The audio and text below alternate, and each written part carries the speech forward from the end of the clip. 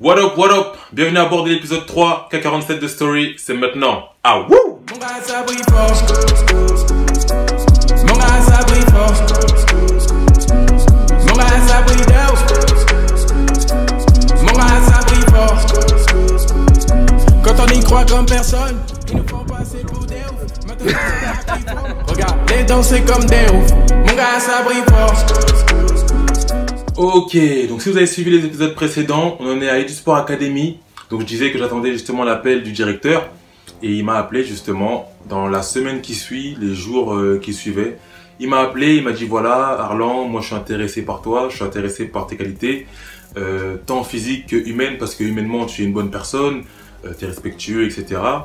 Et donc voilà, le projet c'est ça, il m'a expliqué et donc il m'a sélectionné.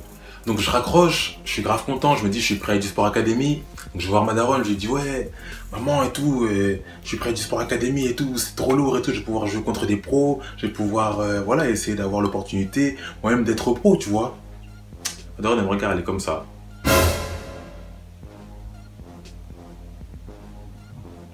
J'étais grave pas crédible, j'étais grave pas crédible. Pour elle, elle se disait, mon fils va partir, pas à côté, très très loin, parce que c'est l'Écosse, c'est très très loin. Et en plus, c'est payant. Maintenant, moi, j'essaye de la convaincre maintenant. En vain. Après, de ce moment, j'arrive à trouver un bon argument. Je lui dis que ouais, moi, je peux être pro, etc. Et confiance en moi, je suis ton fils, etc. Tu vois, je touche son cœur un peu. Maintenant, elle me dit ouais et tout. Elle me dit d'accord et tout. Mais j'ai pas l'argent. Et là, j'étais... Oh, j'avais tout dit. Mais là, je peux plus rien dire. Sauf que si j'avais un argument, c'est que nous, on est des Godson. Donc, en tant que Godson, on n'est pas au service de l'argent, c'est l'argent qui est à notre service. Donc comme c'est l'argent qui est à notre service, je me suis dit, bon, je vais aller y prier, une simple prière. Maintenant, 2-3 jours après, ma daronne, elle m'appelle, elle me dit, ouais et tout, Arlan, viens voir et tout. Elle dit qu'elle a eu une promotion au taf, que, voilà et tout, qu'elle peut et payer l'académie et continuer de payer la maison et tout, tranquillement. Et là, je me dis, mais, affaire de prière là, ça marche, hein. Donc entre-temps, j'avais appelé Kadim, j'avais appelé Kenny, ils m'ont dit qu'ils ont été prêts aussi. Kadim me dit son frère il a été prêt aussi. Donc affaire d'Écosse, c'était réglé. Maintenant il fallait que j'ai mon bac, il fallait que j'ai mon permis. J'ai eu mon bac STG, j'ai passé mon permis juste avant de partir. Donc là je me disais, Scotland, I'm coming baby, I'm coming, mon balestek, I'm coming. Donc on arrive à l'aéroport, je vois mes gars qui sont là, Kadim, Kenny, je dis ouais, Kadim bien quoi, tranquille. Kenny, bien quoi Moussos, tranquillement, je suis content Momo, bien quoi. Et là, on prend l'avion, EasyJet, décollage, direction Glasgow. Donc on arrive en Écosse. Bien évidemment, il fait moche, il pleut.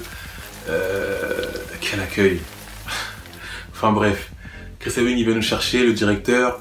On va à notre logement qui était à Hamilton. Et là, on avait genre un grand bâtiment. Le bâtiment était comment? Il y avait 5 chambres, 2 douches, 2 toilettes. Il y avait une cuisine commune. Et une salle à manger commune, salle à manger et salon. Et donc le bloc A, les gens de l'académie savent que c'était le meilleur bloc. Il y avait le bloc C après qui était un peu en dessous, là il y avait Claudio, Chris et tout. Mais bloc A c'était le meilleur bloc. On lui dit demain entraînement, à telle heure, le minibus il viendra vous chercher. On dit ok. Donc on s'installe, on est là, tranquille, en Écosse, on dit bon les gars c'est du sérieux. Là, affaire de football là, c'est du sérieux des. Et donc le lendemain on a entraînement.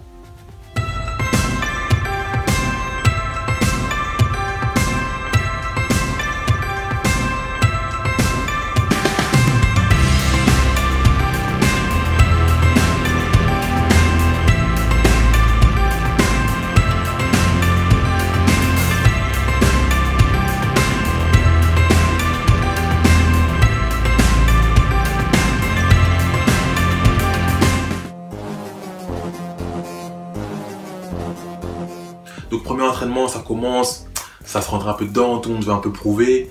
Et puis il y avait des joueurs de qualité, des joueurs d'Auxerre, de Dijon, de Châteauroux, d'Espagne, États-Unis, de partout. Alors l'académie, ça se passait comment?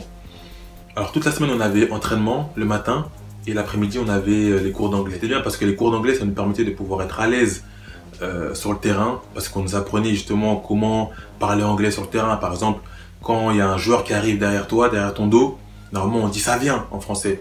Et en anglais, on dit Manon. Tu vois. Et donc on a appris justement des mots en anglais et ça nous permettait de pouvoir être à l'aise sur le terrain. Bon, on a appris beaucoup plus que ça, mais c'était une partie qui était aussi importante pour nous par rapport au jeu, vu que les coachs ils étaient anglais et qu'ils nous expliquaient aussi les séances en anglais. Et puis chaque semaine, en général, on avait un match contre une réserve de pro.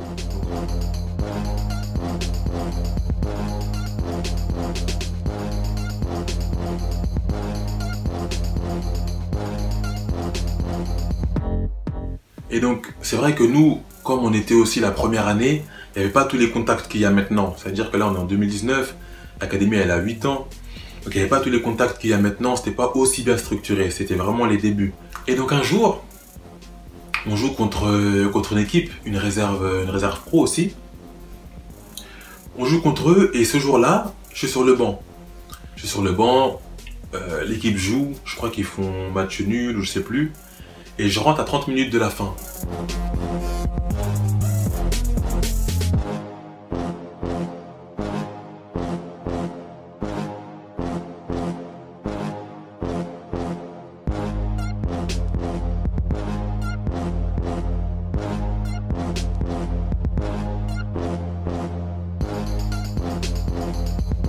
Et donc je joue 30 minutes et puis le match il est fini. Je crois qu'on fait match nul ou on gagne, je sais plus.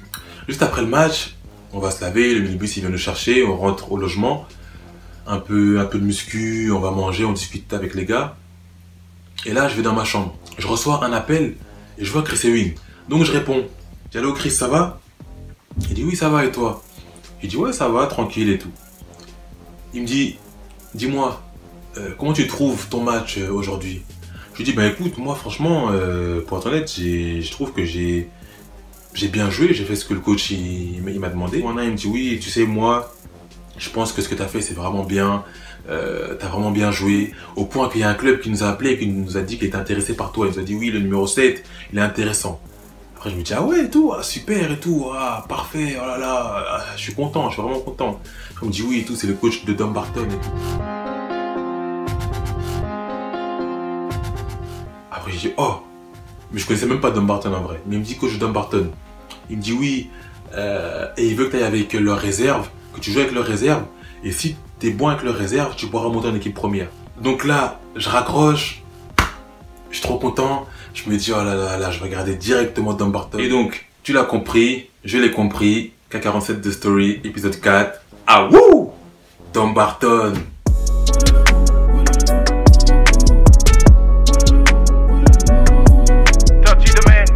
Voilà, j'ai créé les Sport Academy en 2011 et Arlan Kadima, il a fait partie des premiers groupes qui sont venus en Écosse en 2011.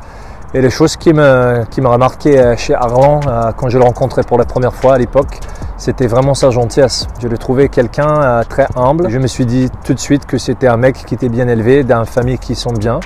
C'était un jeune footballeur talentueux et très en vie. Et quand ils sont venus en Écosse, il était exemplaire. Il était quelqu'un de très gentil, très travailleur. Et ça me faisait plaisir justement de travailler avec lui et j'ai vu énormément de progrès. Super technicien, super athlète. Aujourd'hui, je le compte autant qu'un ami. Donc il est venu en Écosse autant qu'un stagiaire et aujourd'hui on reste en contact. Pour moi, quand il m'a demandé à participer aujourd'hui dans cette vidéo, qu'il est en train de faire son petit série, ça me fait énormément de plaisir et je lui souhaite que le bonheur. Donc voilà, c'était quelqu'un pour moi très bien et il est bienvenu ici en Écosse quand il souhaite. Voilà. Ma ville est une capitale si grande. Le problème c'est qu'elle n'est claire que quelqu'un endroit. Les enfants rejetés doivent s'y débrouiller comme moi. T'as vu ça dit quoi quand on y arrive? Mon gars ça brille fort.